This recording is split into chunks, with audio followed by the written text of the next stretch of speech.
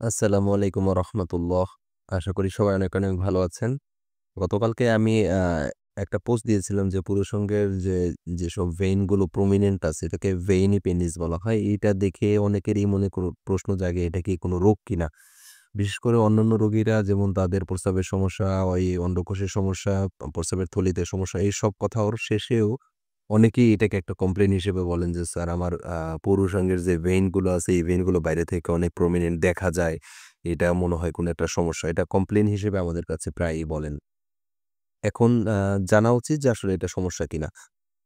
এটা যদি আপনারা ভালোভাবে বুঝে যাবেন, যদি বুঝেন যে আমাদের পুরুষাঙ্গের যে রক্ত চলাচলের যে পাথওয়েটা আছে, এটা টোটাল সাপ্লাইটা যদি বুঝেন তাহলে আপনাদের জন্য খুব সহজ হবে।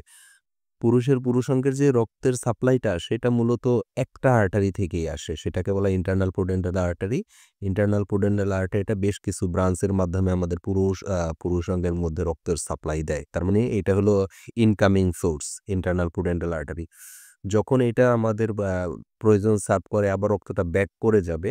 ব্যাক করে যাওয়ার সময় এটা মূলত ২ টা বা ৩ টা সোর্সের মাধ্যমে পাথওয়েতে এই রক্তটা আবার শরীরেতে মানে পুরুষাঙ্গ থেকে ব্যাক করে আমাদের সিস্টেমিক সার্কুলেশনে যায়। সেটার মধ্যে সবার উপরে যেটা থাকে এটাকে বলে সুপারফিশিয়াল ডর্সাল ভেইন। ডিপে যেটা থাকে তাকে বলে ডিপ ডর্সাল ভেইন এবং পিছনের দিকে ইন্টারনাল পুডেন্টাল ভেইন। এই ৩ টা ভেইনের মাধ্যমে মূলত আমাদের পুরুষাঙ্গের রক্তটা আবার ব্যাক করে সিস্টেমিক সার্কুলেশনে চলে যায়। এই যে চলে গেল, এই চলে যাওয়ার মাঝখানে আ সুপারফিশিয়াল যে ডর্সাল ভেইন আছে, এই ভেইনের কিছু ব্রাঞ্চ গুলো আমাদের একদম ঠিক পুরুষাঙ্গের স্কিনের ঠিক নিচেই থাকে এবং এই স্কিনের ঠিক নিচে থাকার ফলে দেখা গেল যে অনেকের ক্ষেত্রে সেটা খুব প্রমিনেন্ট দেখা যায়, অনেকের দেখা যায় না। আপনারা একটা জিনিস খেয়াল করবেন, আমার এই হাতের যে রক্তনালীগুলো আছে আমি যদি আপনাদের দেখানোর চেষ্টা করি, অত বেশি স্পষ্ট না, খুব অল্প, অল্প দেখা যায়, তাই না? আবার যারা খুব বেশি জিম করে, বডি বিল্ডিং করে তাদের ক্ষেত্রে দেখবেন যে এই ভেইনগুলো খুবই, খুবই প্রমিনেন্ট। সো এই ভেইনগুলো প্রমিনেন্ট দেখা যাওয়ার ২ টা শর্ত হতে পারে। নাম্বার 1 শর্ত হলো যে থিকনেস অফ দ্যা স্কিন, স্কিনটা কেমন তার পাতলা তার কারণে এটা স্পষ্ট হতে পারে। আরেকটা হলো এই ভেইন দিয়া সার্কুলেশন কার বেশি হয়। যেমন যারা অনেক বেশি জিম করে তাদের এটা কার্ডিয়াক আউটপুট বলা হয়। হার্টের আউটপুট এবং রিটার্ন প্রায় সাধারণ মানুষের থেকে ৫ থেকে ৭ গুণ। একটা সাধারণ মানুষ যখন রেস্টে অবস্থায় থাকে তার হার্ট পাম্প করে সাধারণত ৫ লিটার ব্লাড। কিন্তু একজন বডি বিল্ডার সে যখন এক্সারসাইজ করে তার হার্ট প্রায় পাম্প করে ৩৫ থেকে ৪০ লিটার ব্লাড। তাহলে ৪০ লিটার ব্লাড তো তার আবার ব্যাক করে আবার হার্টের দিকে যেতে হয়। সুতরাং তার সার্কুলেশন স্বাভাবিক মানুষের থেকে ৫ থেকে ৭ গুণ।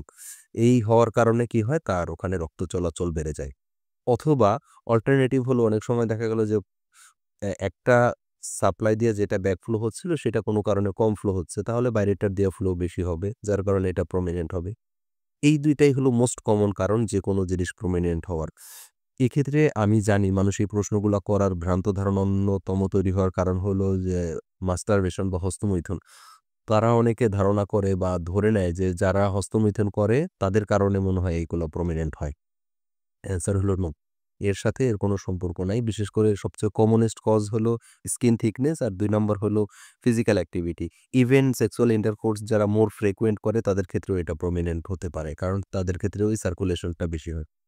এর পাশাপাশি অন্যান্য আ কিছু ডিজিজ কন্ডিশন আছে যেমন যাদের হাই ব্লাড প্রেশার থাকে তাদের ক্ষেত্রে হতে পারে। কিছু, কিছু ভাস্কুলার অ্যাবনরমালিটি আছে। একটা ডিজিজ কন্ডিশন আছে এটাকে বলা হয় মনরোডস ডিজিজ। মনরোডস ডিজিজে কি হয় যে আমাদের যে পুরুষাঙ্গের যে ভেইন গুলো থাকে এই ভেইন গুলোর মধ্যে রক্ত জমাট বেঁধে যায় বা থ্রম্বোসিস হয়। এই কারণে দেখা গেল যে অনেকের ক্ষেত্রে তখন এরকম প্রমিনেন্ট হতে পারে। আর তেমন কোনো কন্ডিশন নাই যে কন্ডিশন এরকম প্রমিনেন্ট হয়। এখন প্রশ্ন হলো যে আ এই যে প্রমিনেন্ট হয় এটা তো বললাম যে নরমাল কন্ডিশনেই সবার হতে পারে আর নাও হতে পারে। যেমন যাদের স্কিন থিকনেস একটু বেশি তাদের দেখা যাবে না। স্কিন থিকনেস যাদের কম তাদের দেখা যাবে। সুতরাং এটা কোনো রোগ নয়। কিন্তু কিছু কন্ডিশন আছে you must be worried about it. তখন আপনাকে চিন্তা করতে হবে যে আমার মনে হয় কোনো ডক্টর দেখানো উচিত এই বিষয়ে বিশেষজ্ঞকে। ১ নাম্বার হলো যখন এই রক্তনালীগুলোতে আপনি অনেক বেশি পেইন ফিল করবেন। বিশেষ করে আফটার ইজাকুলেশন যাদের পেইন হয় এটা একটা ওয়ার্নিং সাইন। ২ নাম্বার হলো যে দেখা গেল যে যাদের এই প্রমিনেন্স টা হচ্ছে এর পাশাপাশি আপনি যদি ফিল করেন ইট লুকস লাইক হার্ট বা থিক অনেক বেশি শক্ত মনে হচ্ছে।